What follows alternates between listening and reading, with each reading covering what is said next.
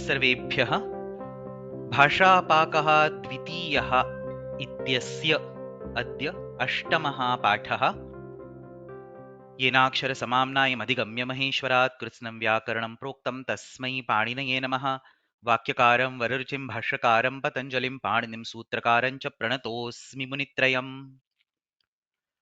पूर्वेषु वर्गेषु अस्माभिः धातुप्रयोगः तथा कृदन्तप्रकरणम् इत्येतयोः प्रकरणयोः अध्ययनं कृतम्। अद्य तृतीयं प्रकरणं शब्दसाधुत्वचिन्तनम् इति प्रारभामहे।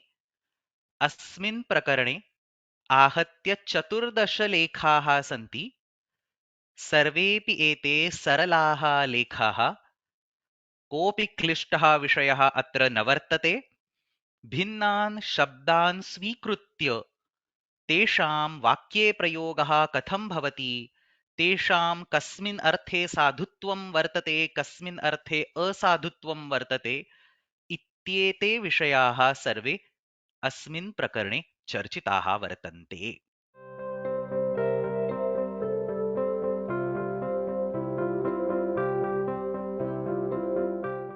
भाषापाकः द्वितीयः इत्यस्मिन् पुस्तके विद्यमानः एकोत्तरशततमः प्रथमश्च पाठः पूर्वशब्दस्य विषये प्रयोगसाधुत्वं विवृणोति। तत्र आदौ भाषापाकः प्रथमः इत्यत्र पूर्व, पश्चिम, दक्षिण, उत्तर इत्येतेषां शब्दानां विषये किञ्चित् विवरणम् अस्माभिः पठितम् आसीत्। तत्र एते सर्वेऽपि शब्दाः, एतानि सर्वाणि अपि प्रातिपदिकानि दिशावाचके अर्थे स्त्रीलिङ्गे प्रयुज्यन्ते, यथा पूर्वादिक्, पश्चिमादिक् अनेन प्रकारेण।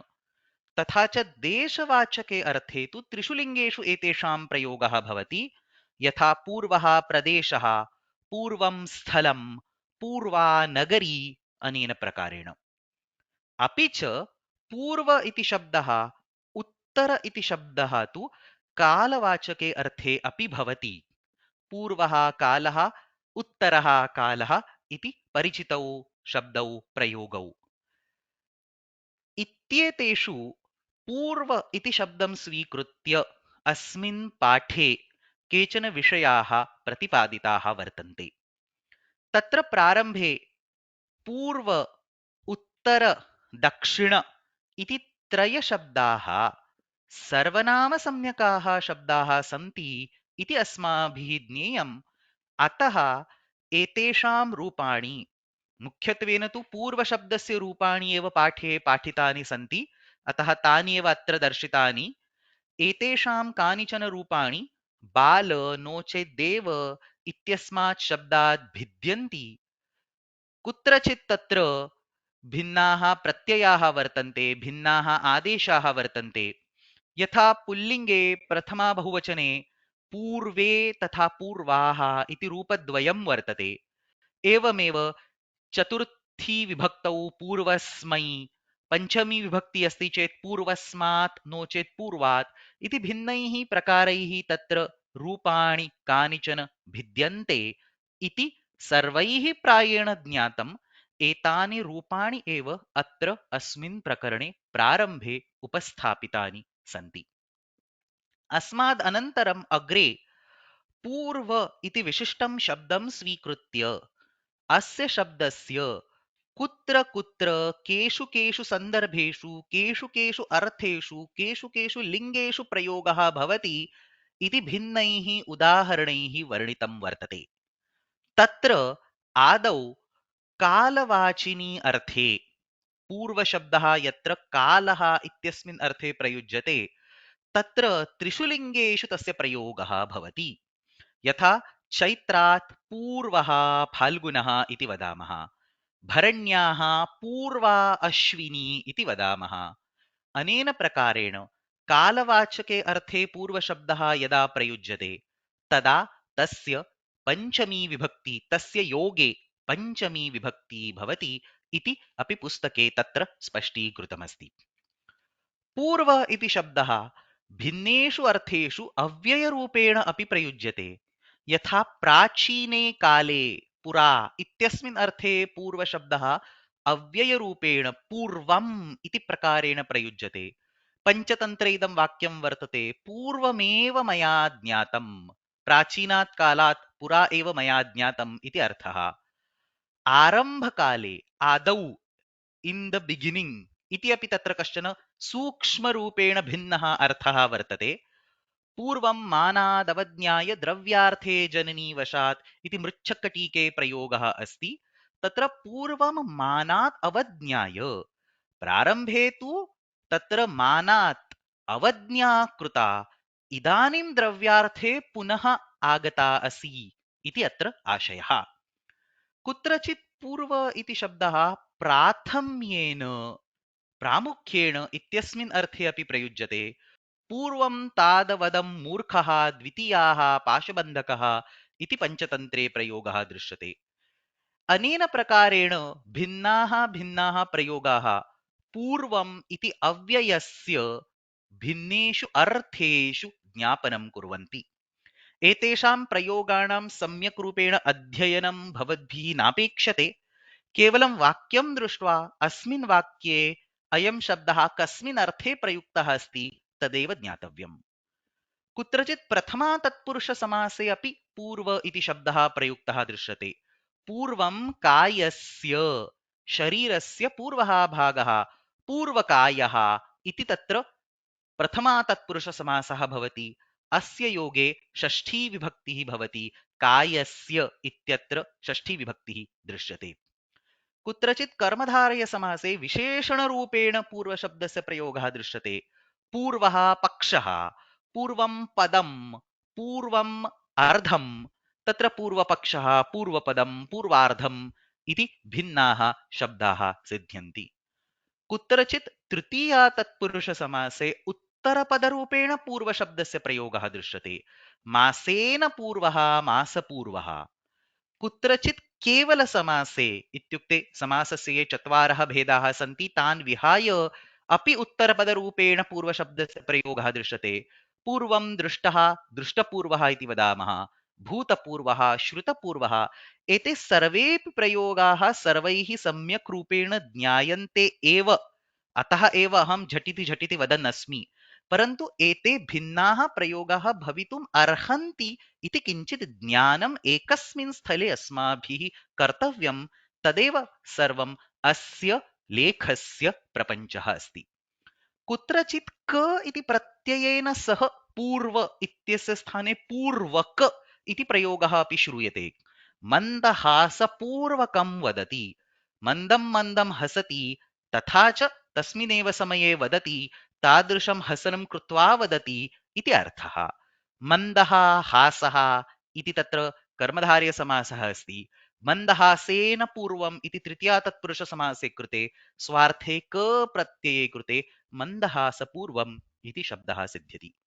अनेन प्रकारेण पूर्व इति बहु परिचितः शब्दः भिन्नेषु भिन्नेषु स्थलेषु भिन्नेषु भिन्नेषु अर्थेषु प्रयुज्यते इति एव अस्य लेखस्य, अस्य पाठस्य, अस्य अध्यायस्य आशयः अस्ति। अत्रैव भवतां पुस्तके विद्यमानः एकाधिकशततमः पाठः पूर्वशब्दस्य प्रयोगः इति समाप्तः।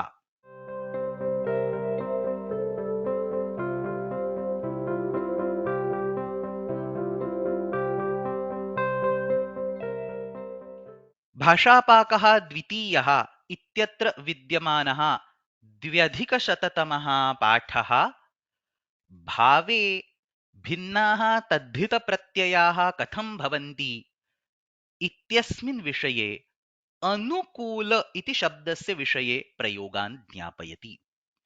तत्र भावस्य निर्देशार्थं तद्धितप्रकरणे त्व, तल तथा शय इति त्रयः प्रत्ययाः प्रामुख्येन पाठिताः वर्तन्ते। सर्वैः पुनरेकवारम् अयं विषयः ज्ञातः एव स्यात्। तत्र मधुर इति शब्दं स्वीकुर्मश्चेत् मधुरत्वम् इत्युक्ते मधुरस्य भावः। नो चेत् मधुरता। तल् इति प्रत्ययः नित्यं स्त्रीलिङ्गे भवति, अतः ता इति रूपं भवति। मधुरता। नो चेत् क्षे प्रत्यये कृते माधुर्यम्। सर्वेषाम् अपि शब्दानाम् अर्थः समानः एव, मधुरस्य भावः इति अर्थः। अनेनैव प्रकारेण अनुकूल इति शब्दं स्वीकृत्य, फेवरेबल इति अर्थः, अनुकूल इति शब्दं स्वीकृत्य तस्य विषये किं किं भवति इति विवरणम् अस्मिन् लेखे कृतं वर्तते। तत्र अनुकूलस्य भावः इति किं?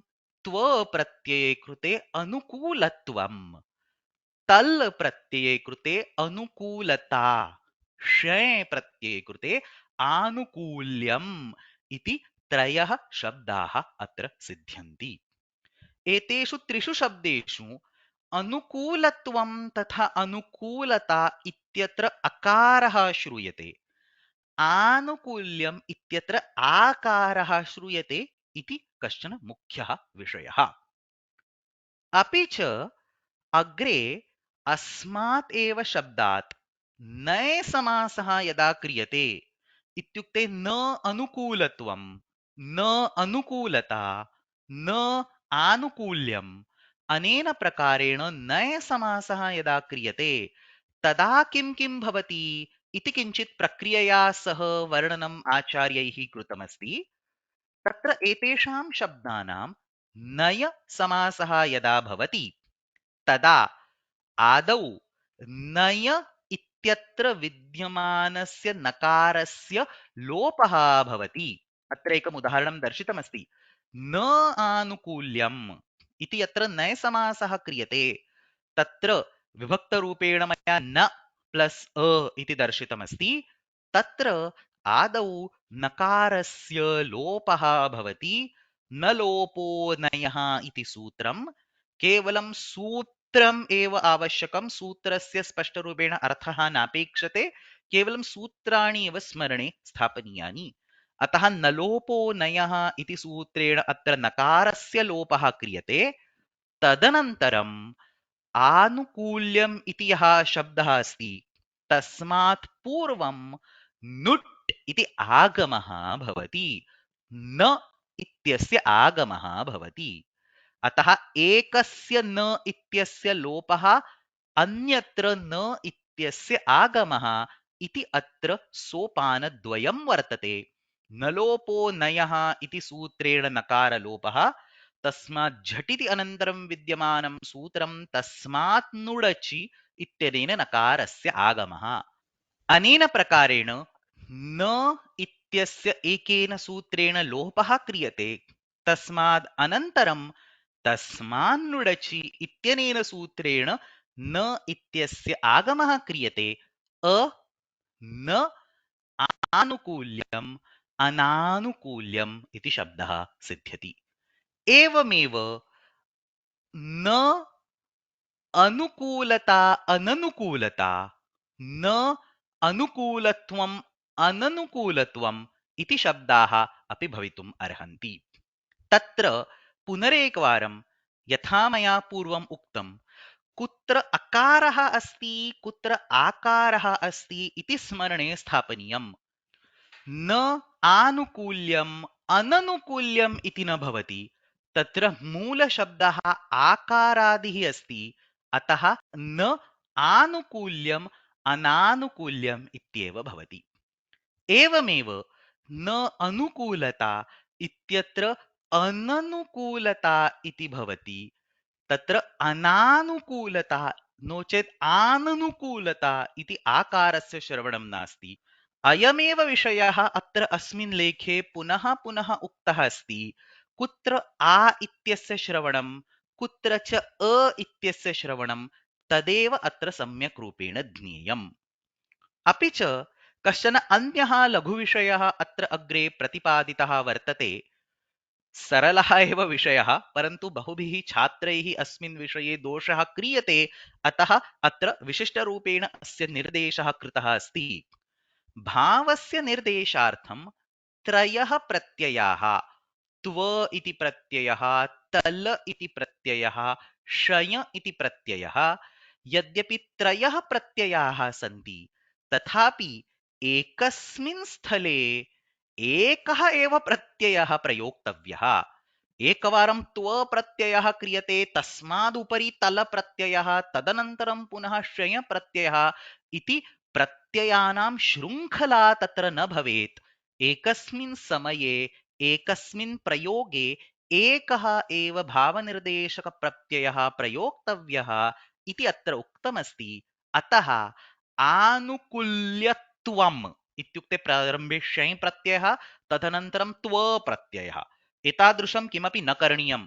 आनुकूल्यत्वं बहुभिः छात्रैः एते प्रयोगाः अनवधानेन प्रयुक्ताः दृश्यन्ते। आनुकूल्यत्वम्, आनुकूल्यता, कैश्चन छात्रैः अनुकूलत्वता, मधुरत्वता इत्येते प्रयोगाः अपि कृताः दृश्यन्ते। तादृशाः प्रयोगाः न करणीयाः। एकस्मिन् स्थले एकः एव कोऽपि प्रत्ययः भवितुम् अर्हति, परन्तु एकः एव प्रत्ययः करणीयः, प्रत्ययः प्रयोक्तव्यः इति अत्र आशयः। अनेन प्रकारेण अत्र अस्मिन् पाठे आदौ अ तथा आ, कुत्र अ प्रयोक्तव्यः कुत्र आ प्रयोक्तव्यः, विशिष्टरूपेण अनुकूलशब्दस्य विषये तत्सर्वम् उक्तमस्ति। तथा च एकस्मिन् समये एकः एव प्रत्ययः प्रयोक्तव्यः इति अपि विवरणं तत्र सूक्ष्मरूपेण दत्तम् अस्ति। अत्र भवतां पुस्तके विद्यमानः 2000 पाठः समाप्तः।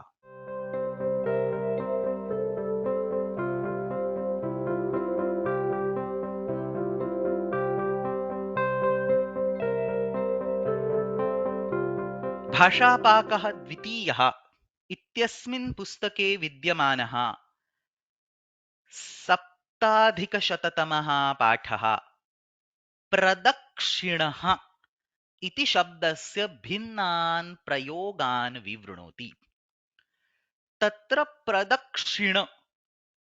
प्रदक्षिणा वा उभयथा साधु, अयं शब्दः सर्वैः परिचितः स्यात्।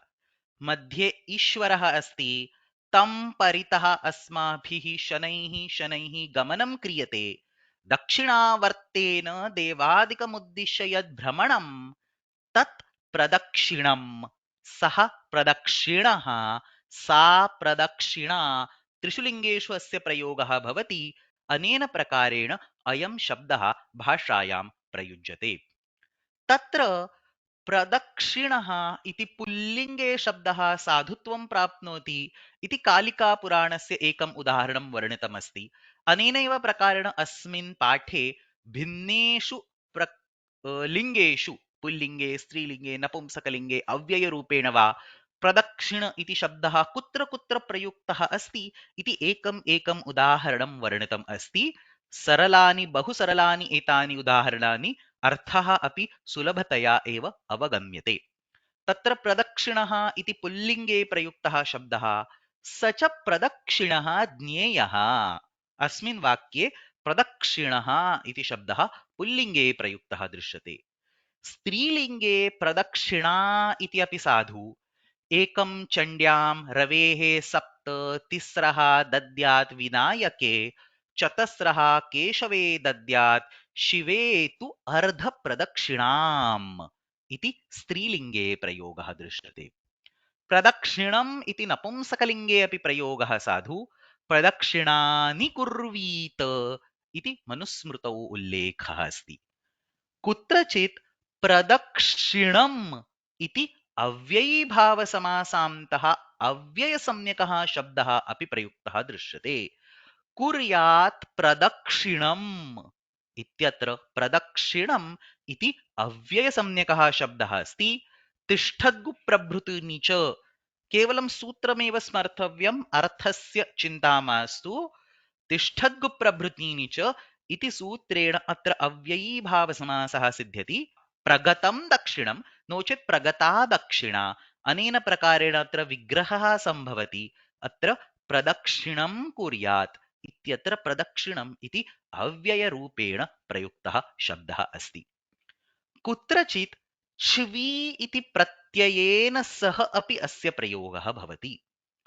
च्वी इति कश्चन विशिष्टः तद्धितप्रत्ययः शुक्लीकरोति, स्पष्टीकरोति इत्यादिषु प्रयोगेषु तत्र शुक्ली स्पष्टी इति यत् श्रूयते तत् च्वी प्रत्ययान्तं ज्ञेयम्। कश्चन घटः नो चेत् किञ्चित् वस्त्रम् आदौ अशुक्लम् अस्ति, इट् इस् नाट् क्लीन्, तदनन्तरं कश्चन देवदत्तः तं वस्त्रं शुक्लं करोति, मार्जयति प्रायेण इति सर्वं वर्णयितुं देवदत्तः वस्त्रं शुक्लीकरोति इति प्रयोगः क्रियते। यत्र शुक्ली स्पष्टी एतादृशं च्वी प्रत्ययः प्रयुक्तः अस्ति तत्र मूलरूपेण तादृशं नास्ति इति अर्थः अपि ध्वन्यते। इत्युक्ते शुक्लीकरोति इति यदा वदामः तदा पूर्वम् अशुक्लम् आसीत् इति अर्थः तत्रैव स्पष्टीभवति। अनेन प्रकारेण अत्र च्वी इति प्रत्ययः क्रियते चेत् विष्णुं प्रदक्षिणीकरोति। अनेन प्रकारेण प्रदक्षिण शब्दस्य च्व्यन्तः प्रयोगः प्रयुक्तः दृश्यते। विष्णुं प्रदक्षिणीकुर्वं यः तत्र आवर्तते पुनः। आदौ प्रदक्षिणा न कृता, इदानीं प्रदक्षिणीकुर्वन् प्रदक्षिणां कृत्वा पुनः तत्र आगच्छति इति अत्र अस्य वाक्यस्य आशयः। अनेन प्रकारेण अस्मिन् लेखे प्रदक्षिण इति शब्दस्य पञ्चभिः प्रकारैः पुल्लिङ्गरूपेण, स्त्रीलिङ्गरूपेण, नपुंसकरूपेण, अव्ययरूपेण तथा च च्व्यन्तरूपेण इति पञ्चभिः प्रकारैः प्रयोगः वर्णितः अस्ति। तदनन्तरम् अस्य लेखस्य अन्ते एकः श्लोकः दीयते। वस्तुतः तु अस्य श्लोकस्य अनेन लेखेन सह कोऽपि सम्बन्धः नास्ति, परन्तु केवलम् एक्स्ट्रा इन्फर्मेशन् इति रूपेण अयं श्लोकः अत्र दत्तः अस्ति। तत्र भवतां पुस्तके छात्रः पृच्छति प्रदक्षिणा कथं करणीया, प्रदक्षिणं कथं करणीयं, तस्य उत्तररूपेण कश्चन अयं श्लोकः दीयते। अत्र कोऽपि व्याकरणस्य अंशः नास्ति, तथापि किञ्चित् पुस्तके दत्तम् अस्ति अतः पाठयामि।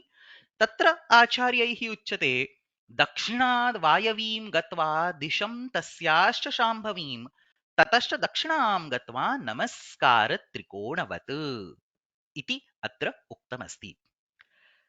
कश्चन सूक्ष्मः विषयः, परन्तु झटिति विवृणोमि। तत्र किमस्ति, अस्माकं शास्त्रे प्रणामः, नमस्कारः इत्यस्य सप्तभेदाः वर्णिताः सन्ति। यथा अर्धचन्द्राकृति नमस्कारः अस्ति, नो चेत् अष्टाङ्ग नमस्कारः अस्ति, नो चेत् षट्कोणात्मकः नमस्कारः अस्ति, त्रिकोणात्मकः नमस्कारः अस्ति। अनेन प्रकारेण भिन्नाः भेदाः नमस्कारस्य वर्णिताः वर्तन्ते। एतेषु त्रिकोणात्मकः नमस्कारः कथं करणीयः इत्यस्मिन् विषये इदं वाक्यम्, अयं श्लोकः कालिकापुराणे उक्तः अस्ति। वस्तुतस्तु त्रिकोणनमस्कारः भिन्नः, प्रदक्षिणा इति विषयः भिन्नः।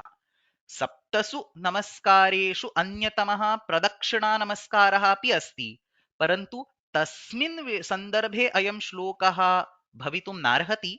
त्रिकोणनमस्कारस्य सन्दर्भे अयं श्लोकः भवितुम् अर्हति। तथापि भवतां पाठे अयमपि श्लोकः पाठितः अस्ति, सरलः एव श्लोकः। अन्ते पश्यामः नमस्कारः त्रिकोणवत्। त्रिकोणनमस्कारः कथं करणीयः इति चेत् दक्षिणाद् वायवीं गत्वा दिशं तस्याश्च शाम्भवीं ततः पुनरेकवारं दक्षिणां गत्वा त्रिकोणनमस्कारस्य पूर्तिः भवति इति अत्र आशयः। अनेन प्रकारेण भवतां पुस्तके विद्यमाने अस्मिन् पाठे प्रदक्षिण इति शब्दस्य भिन्नासु अवस्थासु पुल्लिङ्गरूपेण, स्त्रीलिङ्गरूपेण इति प्रकारेण प्रयोगाः वर्णिताः वर्तन्ते। अन्ते च त्रिकोणनमस्कारस्य विषये कश्चन श्लोकः अपि पाठितः अस्ति। अत्र भवतां पुस्तके विद्यमानः सप्ताधिकशततमः पाठः समाप्तः।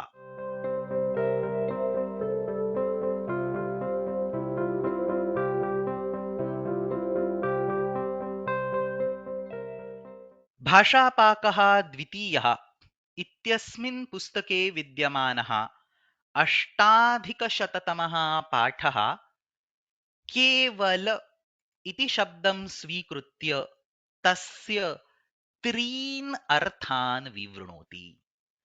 केवल इति पुनरेकवारं सुप्रसिद्धः बहुपरिचितः बहुभिः प्रायेण पुनः पुनः प्रयुक्तः शब्दः। केवल इति शब्दः प्रामुख्येन त्रिषु अर्थेषु भाषायां प्रयुक्तः दृश्यते। एकः the only one none other असहायः इति प्रथमः अर्थः। कृत्स्नं संपूर्णं समग्रं एंटायरली इति द्वितीयः अर्थः। तथा च अवधारणं तदेव नान्यत् ओन्ली दैट नथिंग एल्स इति तृतीयः अर्थः। तत्र वस्तुतः एकः तथा अवधारणम् इति द्वयोः अर्थयोः सामान्यरूपेण तु समानत्वमेव भासते। सूक्ष्मः भेदः अस्ति। अवधारणम् इत्यत्र तदेव नान्यत् इति अर्थः अस्ति। एकः इत्यत्र केवलम् एकः असहायः विदौट् सेकेंड इति अर्थः अस्ति। कृत्स्नम् इति तु भिन्नः अर्थः, समग्रं सम्पूर्णरूपेण इति अत्र अर्थः केवलशब्दस्य भवितुम् अर्हति। एते त्रयः अर्थाः भिन्नेषु कोशेषु अपि पाठिताः वर्तन्ते। अमरकोशे निर्णीते केवलमिति त्रिलिङ्गे एककृत्स्नयोः। निर्णीत इत्युक्ते डेफिनेट्ली, तदेव नान्यत इत्युक्ते अवधारणम्। अवधारणं तथा च एकं तथा च कृत्स्नम्। त्रिषु अपि अर्थेषु त्रिषु अपि लिङ्गेषु केवलशब्दः प्रयुज्यते इति अमरकोशे वर्णितमस्ति। विश्व इति अन्यः कोशः। अस्मिन् कोशे सः एव विषयः भिन्नरूपेण प्रतिपादितः वर्तते। केवलः एकः कृत्स्नः स्यात् केवलश्च अवधारणे। केवल इति शब्दः एकः इत्यस्मिन् अर्थे प्रयुज्यते, कृत्स्नः इत्यस्मिन् अर्थे प्रयुज्यते, अवधारणम् इत्यस्मिन् अर्थे अपि प्रयुज्यते। अनेन प्रकारेण त्रिषु अपि अर्थेषु अस्य शब्दस्य प्रयोगः भवति इति उक्त्वा तस्य कानिचन उदाहरणानि अग्रे दत्तानि सन्ति। तत्र एकार्थे एकः इत्यस्मिन् अर्थे केवलशब्दः कथं प्रयुज्यते? सः केवलां तां सूचितवान्। एका एव अस्ति यस्यै सूचना दत्ता इति अत्र आशयः। कार्त्स्न्यार्थे केवलशब्दः समग्रं सम्पूर्णम् इत्यस्मिन् अर्थे अयं पण्डितः केवलं शास्त्रं जानाति इत्युक्ते सकलं शास्त्रं जानाति, सम्पूर्णं शास्त्रं जानाति इति आशयः। अवधारणार्थे केवलशब्दः तदेव नान्यत् इति अर्थः। गणेशेन केवलस्य मोदकस्य सेवनं कृतं, तदेव खादितम्, अन्यत् किमपि न खादितम् इति अर्थः। अनेन प्रकारेण त्रिषु अपि अर्थेषु त्रिषु अपि लिङ्गेषु अस्य शब्दस्य प्रयोगः सम्भवति। किञ्च न केवलं, न इत्यनेन सह केवल इति शब्दः, न केवलम् इति वाक्यं नपुंसके एव विद्यते। तत्र नय इत्यनेन सह तस्य अन्वयः योजनं यदा भवति तदा तु नपुंसके एव तस्य प्रयोगः करणीयः। उदाहरणमपि दत्तमस्ति। वृक्षे न केवलं पुष्पाणि अपि तु फलानि अपि सन्ति। अत्र न केवलम् इति शब्दः तत्र नपुंसके एव प्रयुक्तः दृश्यते। भगवद्गीता न केवलं भारतस्य अपि तु विश्वस्य माता इति अपरम् उदाहरणम्। इति सर्वम् उक्त्वा तत्र अग्रे भवतां पाठे केवलशब्दस्य विषये अन्यः अपि सूक्ष्मः कश्चन विषयः उक्तः वर्तते।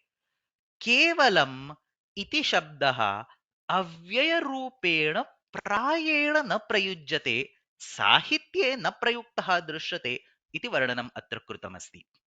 अस्माभिः बहुवारं केवलम् इति शब्दः अव्ययरूपेण वाक्येषु प्रयुक्तः दृश्यते, परन्तु तादृशाः प्रयोगाः साहित्ये न विद्यन्ते। अतः तादृशाः प्रयोगाः अस्माभिः प्रायेण न करणीयाः इति अत्र आचार्यैः प्रतिपादनं कृतमस्ति। अतः एतं विषयं केवलं केचन जानन्ति इत्यत्र केवलम् इति शब्दस्य यः अव्ययरूपेण प्रयोगः कृतः अस्ति, तस्य अपेक्षया एतं विषयं केवलाः केचन, केचन इत्यस्य विशेषणरूपेण केवलाः केचन जानन्ति इति प्रयोगः एव उचिततरः इति अत्र आचार्येण उक्तमस्ति। कः अर्थः? अव्ययरूपेण प्रयोगः सम्पूर्णरूपेण असाधुः अस्ति इति आशयः नास्ति। बहुभिः प्रयुक्तः दृश्यते, तत्र अव्ययरूपेण प्रयोगः न करणीयः इति कोऽपि व्याकरणनियमः नास्ति। अतः तस्य तादृशं झटिति असाधुत्वं वक्तुं न शक्यते। परन्तु शिष्टैः तादृशः प्रयोगः कृतः वा इति पृच्छामश्चेत् तादृशाः प्रयोगाः शिष्टकृताः न वर्तन्ते। तस्य स्थाने विशेषणरूपेण केवलशब्दस्य प्रयोगः कृतः दृश्यते इति एव तत्र उत्तरम्। अस्मिन्नेव पाठे अग्रे केवलशब्दस्य एतेषु त्रिषु अपि अर्थेषु साहित्ये विद्यमानाः केचन प्रयोगाः परिगणिताः सन्ति। तत्र भवतां पुस्तके तु केवलं प्रयोगाः एव केचन निर्दिष्टाः वर्तन्ते। मया अत्र कुत्र केवलशब्दः एकार्थे अस्ति, कुत्र अवधारणार्थे अस्ति इत्यपि निर्दिष्टमस्ति। झटिति एकम् एकं वाक्यं दृष्ट्वा तत्र केवलशब्दः कथं प्रयुक्तः अस्ति इति पश्यामः। तत्र एतेषां सर्वेषां वाक्यानाम् अर्थलेखनं प्रायेण नापेक्षते। तत्र बहूनि वाक्यानि सम्पूर्णरूपेण नैव दत्तानि सन्ति।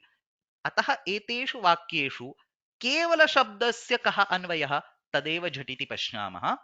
तत्र प्रथमम् उदाहरणं, न केवलं यः महतः अपभाषते शृणोति तस्मादपि यः सः पापभाक् इति कुमारसम्भवे वाक्यं वर्तते। सरलं वाक्यं।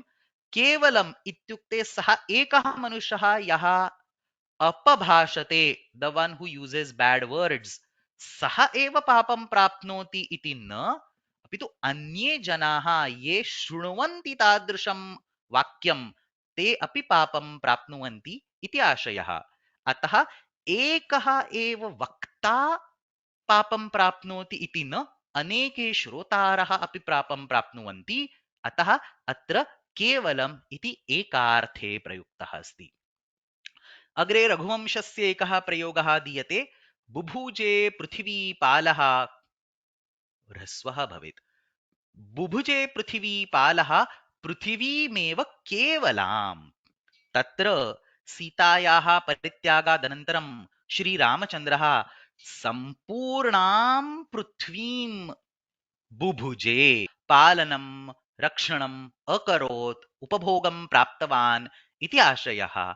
अतः अत्र पृथिवीमेव केवलाम् इत्यत्र केवल इति शब्दः कार्त्स्न्यं सम्पूर्णम् इत्यस्मिन् अर्थे प्रयुक्तः अस्ति। अस्मिन्नेव अर्थे शिशुपालवधे कश्चन प्रयोगः दृश्यते, अनन्यगुर्व्यास्तवकेन केवलः पुराणमूर्तेर्महिमावगम्यते। सरलं वाक्यं, पुराणमूर्तेः केवलः महिमा, महिमा इति पुल्लिङ्गे अस्ति, महिमन् इति मूलशब्दः, केवलः महिमा, समस्तः महिमा, सम्पूर्णः महिमा इति अर्थः। केन सम्पूर्णः महिमा ज्ञायते, हू will no all the power इति अर्थः।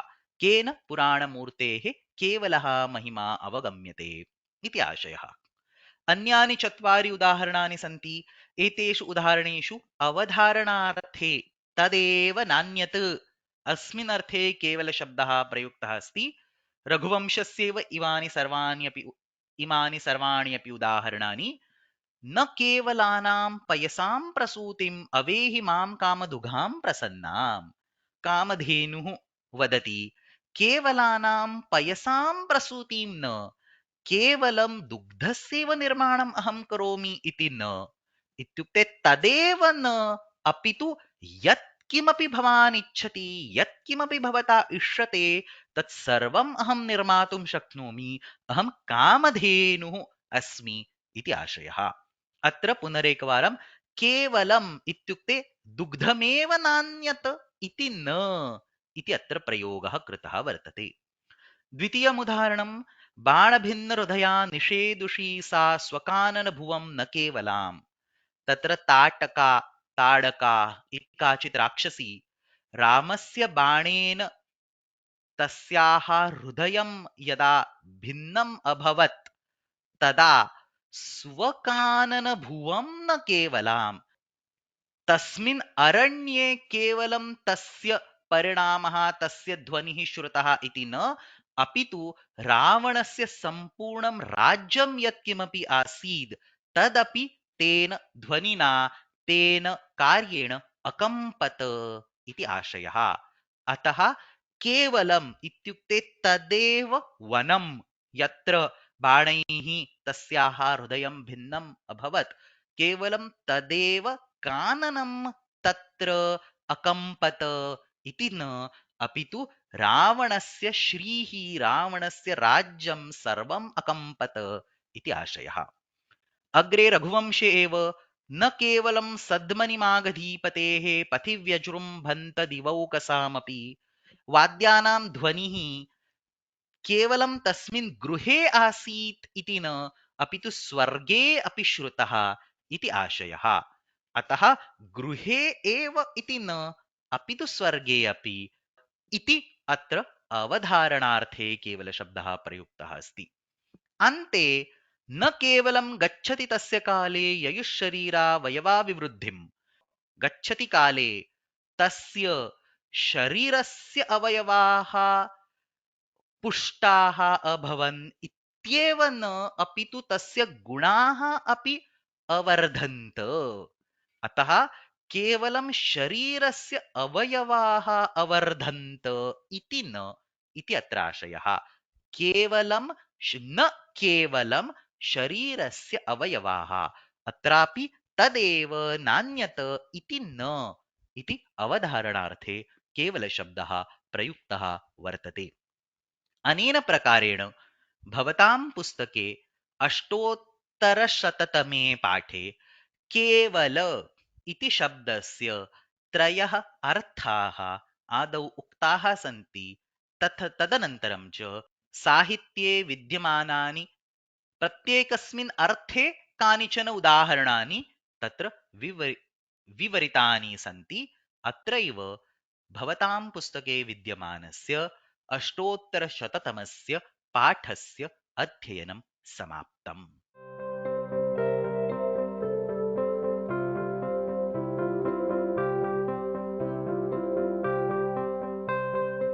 भाषापाकः द्वितीयः इत्यस्मिन् पुस्तके विद्यमानः नवाधिकशततमः पाठः भूत इति शब्दं स्वीकृत्य तस्य त्रीन् अर्थान् विवृणोति। तत्र भूत इति शब्दस्य एकः अर्थः अभूततद्भावः इति भवतां पुस्तके पाठितः अस्ति। अभूततद्भावः इत्युक्ते किम्? पूर्वस्मिन् एकस्मिन् अध्याये मया उक्तं शुक्लीभूतम् इति क्ष्वी प्रयोगः यदा प्रयुज्यते तदा पूर्वम् अशुक्लम् आसीत्, इदानीं शुक्लतां प्राप्तवान् इति सम्पूर्णः आशयः तत्र क्ष्वी प्रत्ययेन स्पष्टीभवति। अतः शुक्लीभूतम् इत्यत्र विद्यमानभूतम् इदं पदं भूधातोः क्त प्रत्ययान्तमस्ति। इदं पदं च्वी प्रत्ययेन सह यदा प्रयुज्यते तदा अभूत तद्भाव, अभूत नॉन एक्सिस्टिंग, तद्भाव नाउ इट एक्सिस्ट्स, अभूत तद्भावे भूत शब्दः च्वी प्रत्ययेन सह अत्र प्रयुक्तः दृश्यते। अशुक्लं वस्त्रं शुक्लम् अभवत् इति आशयः। एवमेव दासीभूतः देवदत्तः, आदौ सः दासः नासीत्, इदानीं दासत्वं प्राप्तवान् इति आशयः। अदासः दासः अभवत् इति आशयः। अत्र च्वी प्रत्ययः प्रयुक्तः अस्ति। क्रूभू अस्ति योगे संपद्यकर्तरी च्वी अभूत तद्भावे, that I think that word got missed, अभूत तद्भावे क्रूभू अस्ति योगे संपद्यकर्तरी च्वी इति सूत्रम्। तत्र प्रक्रियायाम् ईकारादेशः अस्य च्वौ इति सूत्रेण भवति। सूत्राणि इत्युक्ते केवलं नामानि स्मर्तव्यानि, सूत्राणाम् अर्थः नापेक्षते। अतः शुक्ल इत्यस्य शुक्ली इति ईकारः कथं भवति इति चेत् अस्य च्वौ इति सूत्रम्। अस्य च्वौ इति सूत्रेण ईकारादेशः भवति। मूलरूपेण च्वी प्रत्ययः कथम् आगच्छति इति चेत् अभूत तद्भावे क्रूभू अस्ति योगे संपद्यकर्तरी च्विः इति सूत्रम्। अनेन प्रकारेण केवलं सूत्राणि एव स्मर्तव्यानि। इत्थं भूतशब्दस्य प्रथमः अर्थः अभूत तद्भावः इति स्पष्टीकृतः वर्तते। भूतशब्दस्य द्वितीयः अर्थः प्राप्तिः, टु ऑब्टेन इत्यस्मिन् अर्थे भूतशब्दः प्रयुज्यते। तत्र वृद्धिरादैच् इत्यस्मिन् सूत्रे भाष्यकारेण एकं वाक्यम् उक्तमस्ति, प्रमाणभूतः आचार्यः, वेरी ब्यूटिफुल सेंटेंस एक्चुअली, प्रमाणभूतः आचार्यः दर्भपवित्रपाणिः शुचौ अवकाशे प्राङ्मुखे उपविश्य महता प्रयत्नेन सूत्राणि प्रणयति स्म. He used to wake up early, do all his bath and so on, sit by facing the east, and with extreme caution he used to create the sutras.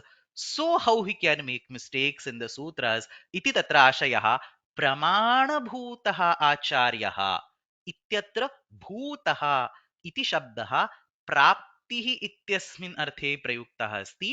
प्रामाण्यं प्राप्तः, the one who has already gained the authority and now he is constructing the sutras. प्रमाणभूतः आचार्यः दर्भपवित्रपाणिः शुचौ अवकाशे प्राङ्मुखे उपविश्य महता प्रयत्नेन सूत्राणि प्रणयते स्म। अत्र प्रमाणभूतः प्रमाणत्वं प्राप्तः इति अत्र आशयः। चुरादिगणस्य भूप्राप्तिः, चुरादिगणे भूप्राप्तौ इति धातुः वर्तते, तस्य इदं क्त प्रत्ययान्तरूपम्। अत्र आधृषाद्वा इति गणसूत्रेण निच् प्रत्ययस्य विकल्पेन अनुपस्थितिः अस्ति, विकल्प्यते सः प्रत्ययः, अतः केवलं भू प्लस् क्त भूत इति शब्दः सिद्ध्यति। अनेन प्रकारेण प्राप्तिः इत्यस्मिन् अर्थे अपि भूतः इति शब्दः प्रयुक्तः दृश्यते। भूत इति शब्दस्य तृतीयः अर्थः सादृश्यं, सिमिलैरिटी इति अपि कुत्रचित् प्रयुक्तः दृश्यते। पितृभूतः अग्रजः, अग्रजः Elder brother, he is like the father. पितृभूतः अग्रजः, पितृतुल्यः, पितृसदृशः इति आशयः। पुनरेकवारं भाष्ये पस्पशान्निके, प्रायेण बहुभिः पस्पशान्निकम् अधीतं स्यात्, पस्पशान्निके कः शब्दः इत्यस्य विवरणसमये भाष्यकारेण अयं शब्दः सामान्यभूतः इत्यनेन प्रकारेण प्रयुक्तः अस्ति, यत् तर्हि तत् भिन्नेषु अभिन्नं छिन्नेषु अच्छिन्नं सामान्यभूतं सः शब्दः वा इति तत्र प्रश्नः क्रियते। तत्र भाष्यकारस्य वाक्यं तस्य अर्थः किमपि नापेक्षते, केवलं सामान्यभूतः इति कश्चन प्रयोगः भाष्ये दृश्यते। सामान्यभूतः इत्युक्ते किं? सामान्यसदृशः, just like a general word इति अर्थः। सामान्यम् इव सामान्यभूतम्।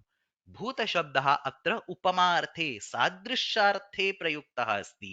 पितृभूतः इति तस्यैव प्रयोगस्य अन्यदुदाहरणम् इति सर्वं कैयटेन तत्र प्रदीपे स्पष्टीकृतमस्ति। परन्तु तत्र तस्यापि व्याख्याने नागेशेन अयं पक्षः स्वीकृतः न वर्तते। नागेशस्य मतेन अत्रापि भूत इति शब्दः प्राप्तिः इत्यस्मिन् अर्थे एव प्रयुक्तः अस्ति। सामान्यतां प्राप्तवान् इति सामान्यभूतः इति शब्दः भाष्यकारेण प्रयुक्तः अस्ति इति तत्र नागेशस्य चिन्तनम्। भिन्नानां वैयाकरणानां भिन्नानि मतानि सन्ति। तत्र शास्त्रविषयः गहनः अस्ति। तस्मिन् विषये इदानीं चिन्तनम्, इदानीं चर्चा मास्तु। सः शास्त्रविषयः भवताम् अध्ययनस्य कृते नावश्यकः। केवलं तत्र भूतशब्दस्य त्रयः मुख्याः अर्थाः के इत्येव भवद्भिः ज्ञेयम्। किञ्च भूत इत्येव शब्दस्य अन्येपि बहवः अर्थाः सन्ति इति अनेकार्थसङ्ग्रह इत्यस्मिन् ग्रन्थे उक्तमस्ति। अनेकार्थसङ्ग्रह अन्वर्थ नाम एव भिन्नाः अर्थाः तत्र सङ्गृहीताः वर्तन्ते इति अनेकार्थसङ्ग्रहः। अस्मिन् अनेकार्थसङ्ग्रहे भूतशब्दस्य भिन्नाः अर्थाः दत्ताः सन्ति। केचन अस्माभिः इदानीं दृष्टाः उपमान, प्राप्त इति, अतीत, भूत इति केचन अर्थाः दृष्टाः। पिशाच इति अपि अर्थः अस्ति। पृथिवी इति अपि अर्थः अस्ति। जन्तु इति अपि अर्थः अस्ति। भिन्नाः अर्थाः तत्र भवितुम् अर्हन्ति इति अत्र आशयः। अनेन प्रकारेण अस्मिन् पाठे भूतशब्दस्य प्रामुख्येन त्रयः अर्थाः सोदाहरणं परिगणिताः सन्ति। अत्रैव भवतां पुस्तके विद्यमानस्य नवाधिकशततमस्य पाठस्य अध्ययनं समाप्तम्।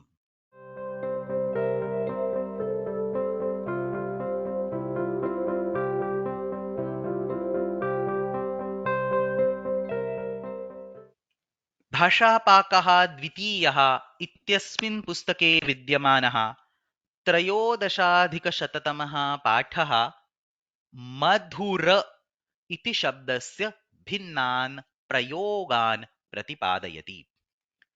तत्र मधुरः इति शब्दः कथं सिद्ध्यति इति चेत् मधुराति, राति इत्युक्ते ददाति, मधु इत्युक्ते माधुर्यं, मधुराति माधुर्यं ददाति इत्यस्मिन् अर्थे मधुरः इति शब्दः सिद्ध्यति। तत्र प्रक्रियायां रा इति धातोः क इति कश्चन कृत् प्रत्ययः विधीयते। आतोऽनुपसर्गे कः इति सूत्रम्। पुनरेकवारं सूत्रस्य अध्ययनं नापेक्ष्यते, केवलं सूत्रं स्मर्तव्यम्। आतोऽनुपसर्गे कः इति सूत्रम्। मधुरः इति शब्दः कः अर्थः इति चेत् षट्सु रसेषु अन्यतमः अयं रसः। This is the name of a test, रसः। नित्यं पुल्लिङ्गे एव प्रयुज्यते। शर्करायाः रसः मधुरः इति वाक्यम् उदाहरणरूपेण अत्र दत्तम् अस्ति। इदानीं बहुत्र बहुभिः जनैः पण्डितैः अपि शिष्टैः अपि मधुरशब्दः मधुररसवान् इत्यस्मिन् अर्थे प्रयुज्यते। इत्युक्ते वस्तुतस्तु मधुरः इति शब्दः रसस्य निर्देशं करोति। परन्तु सः रसः यस्मिन् पदार्थे विद्यते तादृशः पदार्थः शर्करा भवेत्, अपूपः भवेत्, फलं भवेत्, मधुरः इति रसः यस्मिन् पदार्थे विद्यते तादृशः पदार्थः वस्तुतस्तु तस्य निर्देशः मधुररसवान् पदार्थः इति भवेत्। परन्तु भाषायां तस्य निर्देशार्थम् अपि मधुर इत्येव शब्दः प्रयुज्यते। तत्र अर्थभेदस्य विस्मरणं कृत्वा सामान्यरूपेण तयोः अर्थः समानः अस्ति इति मत्वा तयोः अर्थयोः मध्ये एकत्वं स्वीकृत्य मधुररसवान् इत्यस्मिन् अर्थे मधुरः इति शब्दः प्रयुक्तः दृश्यते। एतादृशः मधुररसवान् इत्यस्मिन् अर्थे इत्युक्ते गुणवान् इत्यस्मिन् अर्थे प्रयुक्तः मधुरशब्दः त्रिषु लिङ्गेषु प्रयुज्यते।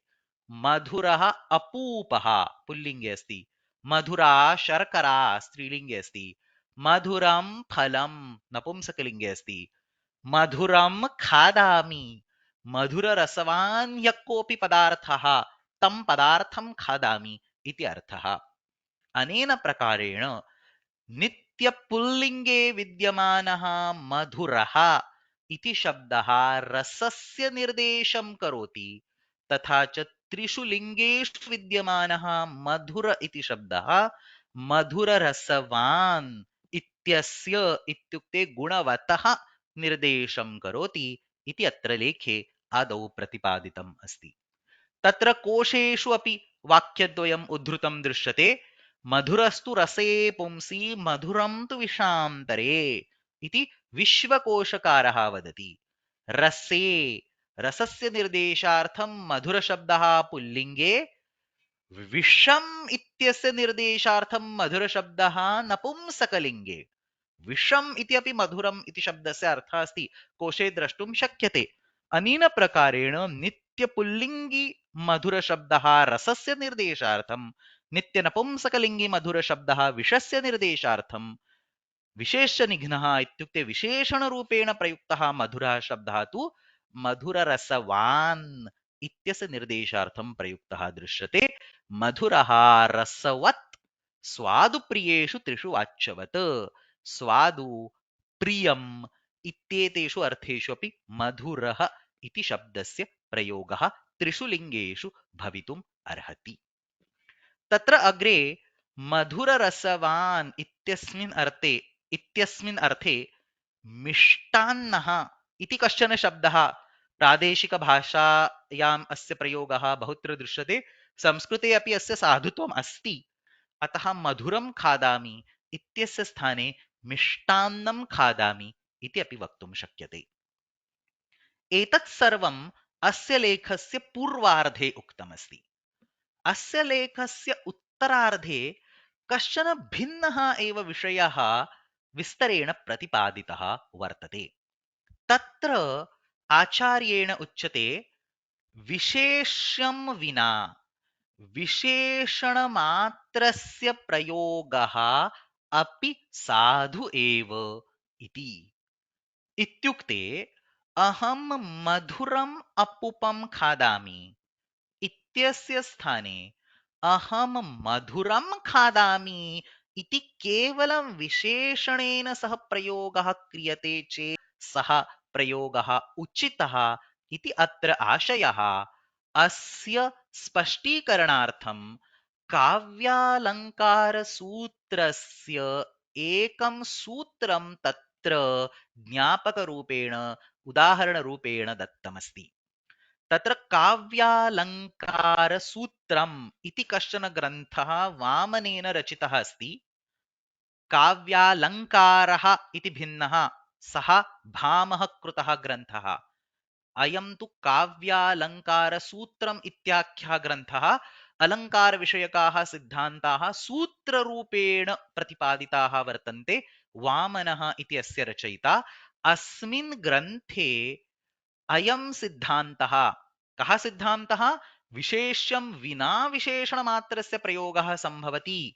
अयं सिद्धान्तः अस्मिन् ग्रन्थे सूत्ररूपेण उक्तः अस्ति। तत्र इदं सूत्रं विद्यते, विशेषणमात्रप्रयोगः विशेष्यप्रतिपत्तौ। इत्युक्ते केवलं विशेषणस्य प्रयोगः क्रियते येन विशेषस्यापि ज्ञानं भवति, तर्हि तादृशः विशेषणमात्रस्य प्रयोगः साधु एव। तदेव अग्रे स्पष्टीकृतं वर्तते। विशेषस्य प्रतिपत्तौ जातायां विशेषणमात्रस्यैव प्रयोगः। केवलं विशेषणस्य प्रयोगेण विशेषस्य स्पष्टरूपेण ज्ञानं भवति, विना संशयं ज्ञानं भवति चेत् विशेषणमेव तत्र अवश्यं प्रयोक्तुं शक्यते इति आशयः। अत्र कानिचन उदाहरणानि अपि दत्तानि सन्ति।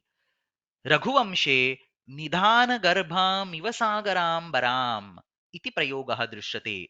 सागराम्बरा, सागरः एव अम्बरः, the sea, the ocean is the वस्त्र, सागराम्बरा इति विशेषणं पृथिवी इत्यस्य विशेषणरूपेण प्रयुक्तमस्ति। अत्र सागराम्बरा इति शब्दं वदामश्चेत् पृथिवी इति अर्थः झटिति स्पष्टीभवति।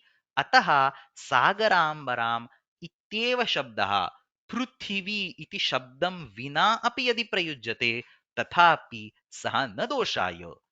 यत्र सन्दर्भः स्पष्टः अस्ति तत्र विशेषं विना विशेषणमात्रस्य प्रयोगः न दोषाय इति एव अत्र आशयः। अनेनैव प्रकारेण अत्र अग्रे तस्मिन्नेव काव्यालङ्कारसूत्रे उदाहरणद्वयम् उक्तं वर्तते। क्रुद्धस्य तस्याथ पुराम् अरातेः ललाटपट्टात् उदगाद् उदर्चिः। अर्थः नापेक्षते। केवलम् अत्र इट्स् अ कॉम्प्लेक्स सेंटेंस, परन्तु अस्मिन् वाक्ये उदर्चिः इति शब्दः अस्ति अन्ते। पुनरेकवारं वदामि। क्रुद्धस्य तस्याथ पुराम् अरातेः ललाटपट्टात् उदगात् उदर्चिः। उदर्चिः, अर्चिस् इत्युक्ते फ्लेम, ज्वाला। उदर्चिः ऊर्ध्वगामिनी ज्वाला। कस्य अस्ति? अग्नेः एव भवितुम् अर्हति। अतः उदर्चिः इति विशेषणरूपेण अग्नेः निर्देशः कृतः अस्ति। अत्र विशेषणादेव सन्दर्भस्य स्पष्टता भवति। अतः अत्र पुनरेकवारम् अग्निः इति शब्दः न प्रयुज्यते। अत्र प्रथमे उदाहरणे उदर्ची इति विशेषणस्य बलात् अग्निः इति विशेषस्य अवश्यं प्रतीतिः भवति। अतः अग्निः इति शब्दः न प्रयुज्यते। एवमेव द्वितीयम् उदाहरणं गिरेः तडित्वान् इव तावत्। तडित्वान्, तडित् इत्युक्ते लाइटनिंग, इलेक्ट्रिसिटी। तडित् अस्मिन् अस्ति, नो चेत् तडित् अस्य अस्ति। So where does the lightning appear? Obviously in the clouds. So तत्र तडित्वान् इत्यनेन मेघः इति अर्थः स्पष्टः एव। अतः तडित्वान् इति विशेषणेन मेघः इत्यस्य निर्देशे कृते प्राप्ते मेघः इति पुनः पृथक् शब्दः न प्रयुक्तः वर्तते। कः अर्थः? यत्र अनन्य साधारण विशेषण महिम्ना, अनन्य साधारण, यत्र विशेषणस्य प्रयोगेण विना संशयं विशेषस्य ज्ञानं भवति। अनन्य साधारण विशेषण महिम्ना विशेषस्य प्रयोगमन्तरेण प्रतिपत्तिः भवति। तत्र विशेषणमात्र प्रयोगः अवश्यं साधुत्वं प्राप्नोति इति आशयः। कानिचन उदाहरणानि, सरलभाषायुक्तानि उदाहरणानि अपि दत्तानि वर्तन्ते। सुन्दरीं पश्य। तत्र सुन्दरीं पश्य इत्युक्ते सुन्दरीं ललनां पश्य, सुन्दरीं कन्यां पश्य इति अर्थः। अध्यापकः बुद्धिमन्तम् अवदत् इत्युक्ते बुद्धिमन्तं छात्रम् अवदत्। स्वच्छम् आनय न तु मलिनं वस्त्रं नो चेत् पात्रं। तत्र सन्दर्भं दृष्ट्वा अर्थः स्पष्टः अस्ति। सुन्दरमेव इच्छामि असुन्दरं नेच्छामि। जनाः नूतनमेव इच्छन्ति स्वादूनि देहि इत्यादिषु सर्वेषु लौकिकवाक्येषु विशेषणस्य प्रयोगेण विशेषस्य सम्यक् रूपेण विना संशयं ज्ञानं संभवति। एतेषु सर्वेषु स्थलेषु केवलं विशेषणस्य प्रयोगः अवश्यं साधुत्वं प्राप्नोति। तादृशः प्रयोगः कर्तुं शक्यते। अत्रैव प्रतिपादनम् अस्मिन् लेखे अग्रे कृतमस्ति। अत्रैव भवतां पुस्तके विद्यमानः त्रयोदशाधिकशततमः पाठः समाप्तः।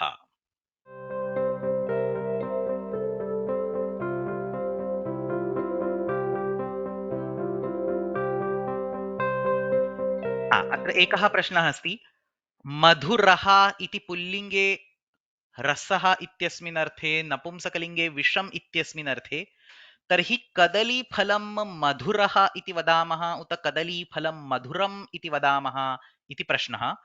तत्र कदलीफलं मधुरः इति तु अनुचितः प्रयोगः। किमर्थम्? अत्र मधुरः इति शब्दः रसरूपेण प्रयुक्तः नास्ति, अपि तु रसवान्। मधुरः रसः यस्मिन् वर्तते अनेन प्रकारेण प्रयुक्तः अस्ति। अतः मधुररसवान् इत्यस्मिन् अर्थे मधुर शब्दः त्रिषु लिङ्गेषु भवितुम् अर्हति।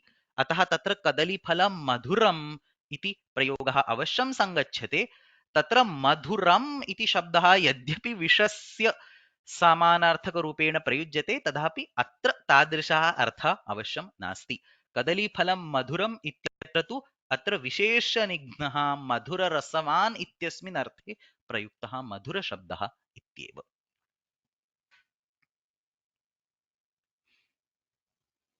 Okay, somebody wants the Pramanabhut sentence. Look at this.